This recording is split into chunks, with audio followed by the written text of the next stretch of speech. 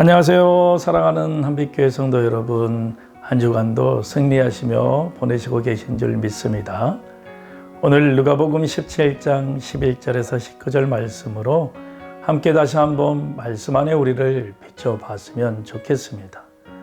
오늘 우리가 함께 나눌 말씀의 주제는 이 한 문장으로 요약할 수 있는 것 같습니다.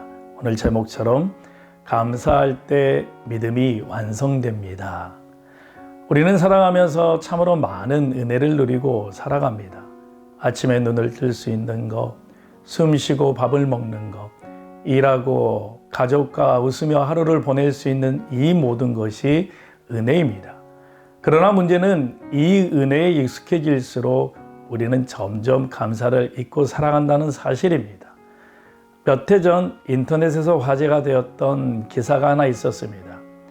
한 회사 대표가 추운 겨울 붕어빵을 파는 노점상에게 따뜻한 테라스를 개방해 쉬게 해주시고 탕비실의 물도 사용할 수 있도록 했습니다.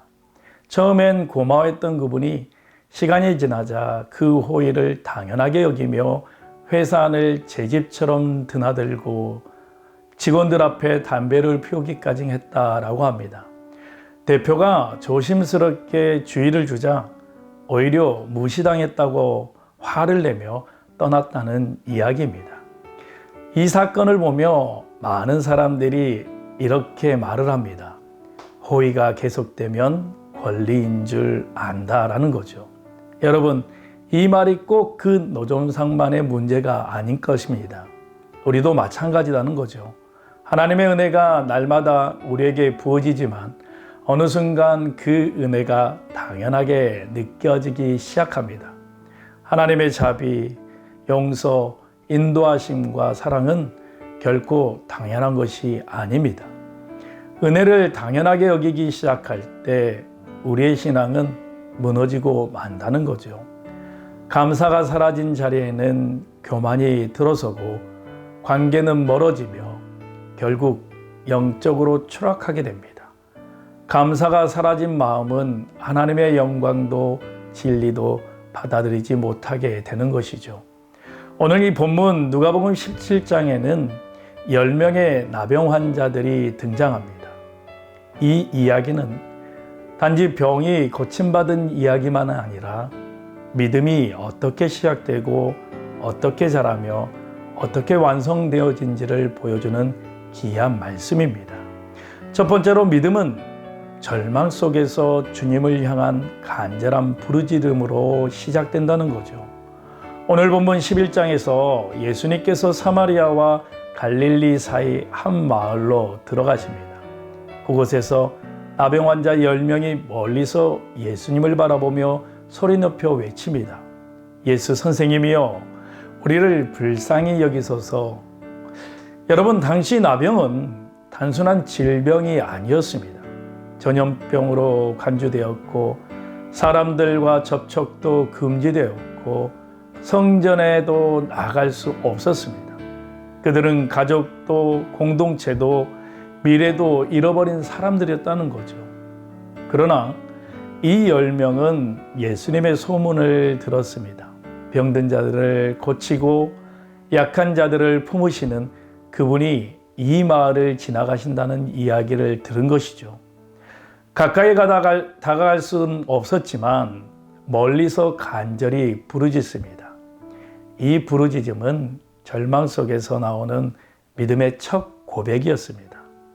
오늘날 우리도 보이지 않는 이 나병에 걸려 있는 우리들의 모습을 볼 수 있습니다. 죄책감으로, 또 미움과 상처, 열등감, 외로움으로 우리 마음을 병들게 하는 여러 가지 것들이 우리를 무기력하게 만들고 있다는 거죠.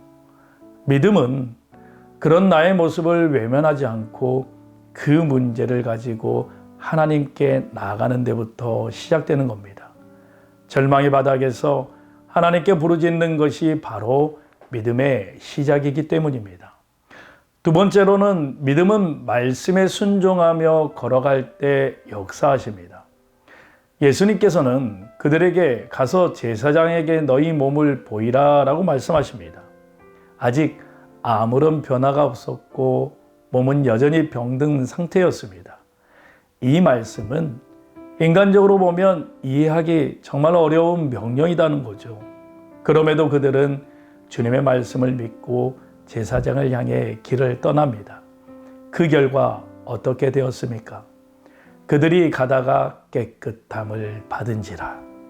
기적은 언제 일어납니까? 주저앉아 있을 때가 아니라 말씀에 순종하며 걸어갈 때라는 거죠. 믿음은 눈에 보이는 변화가 있어서 움직이는 것이 아닙니다. 말씀이 그러하시니 내가 그 말씀을 따라 살겠습니다. 바로 이 고백이 믿음의 본질이라는 거죠. 우리도 삶 속에서 마찬가지가 아닐까요? 기도한다고 금세 상황이 바뀌지 않을 수 있습니다. 말씀에 순종하며 용서하고 사랑하고 헌신하는 것이 때로는 손해처럼 느낄 수도 있습니다. 그러나 순종의 걸음 뒤에 하나님의 기적이 준비되어 있다는 거죠. 그래서 믿음은 걷는 도중에 열매를 맺는 겁니다. 순종하며 걷는 그 길이 곧 제사장에게 가는 길입니다. 그리고 그 길 위에서 우리는 하나님의 역사하심을 경험하게 되는 거죠. 마지막으로 세 번째로 믿음의 완성은 감사로 주님께 돌아오는 데 있습니다. 10명 모두 병이 나았지만 예수님께 돌아와 감사를 드린 사람은 오직 한 명이었다는 거죠. 그리고 그 한 사람은 사마리아인이었습니다. 당시 유대인들이 멸시하던 바로 그 사람이 주님께 돌아와 무릎 꿇고 감사를 드렸습니다. 예수님은 묻습니다. 10사람이 다 깨끗함을 받지 아니하였느냐? 그 9은 어디 있느냐? 예수님은 9명을 정죄하지 않으셨습니다. 다만 우리 삶의 우선순위를 말씀하고 계시는 겁니다. 은혜를 받고 끝나는 것이 아니라 믿음을 주신 분께 감사함으로 돌아오는 것이 신앙의 완성이라는 거죠. 감사는 단순한 예의가 아닙니다. 감사는 하나님과의 관계에서 흘러나오는 신앙의 고백입니다. 예수님은 그 한 사람에게 말씀하십니다. 내 믿음이 너를 구원하였느니라. 다른 9은 육체의 치유만 받았지만 이 사람은 영혼의 구원까지 받은 겁니다. 감사하는 자는 복이 있습니다. 감사는 은혜를 더 풍성하게 만들고 하나님과의 관계를 더 깊게 만들어준다는 거죠. 그리고 감사를 통해 우리의 자녀들도 배울 수 있는 겁니다.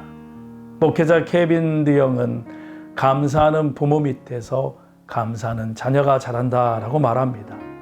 그래서 감사는 유전되는 것이 아니라 신앙으로 본을 보일 때 배우는 겁니다.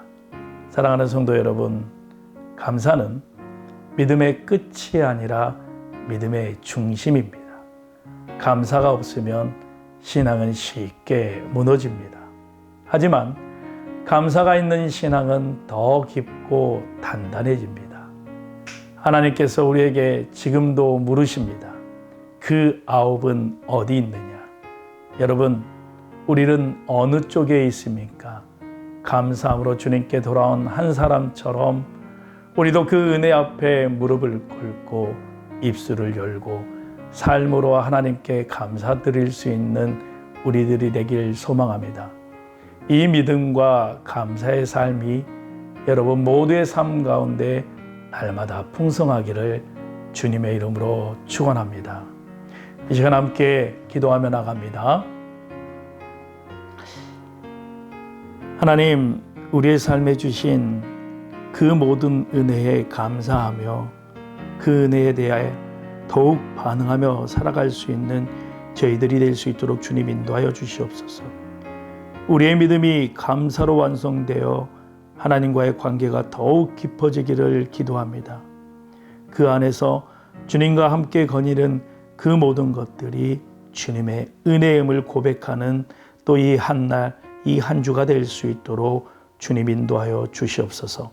감사드리며 예수님 이름으로 기도드리옵나이다. 아멘. 성도 여러분, 한 주간도 승리하며 보내시는 귀한 여러분들이 되기를 주님의 이름으로 소원합니다. 감사합니다.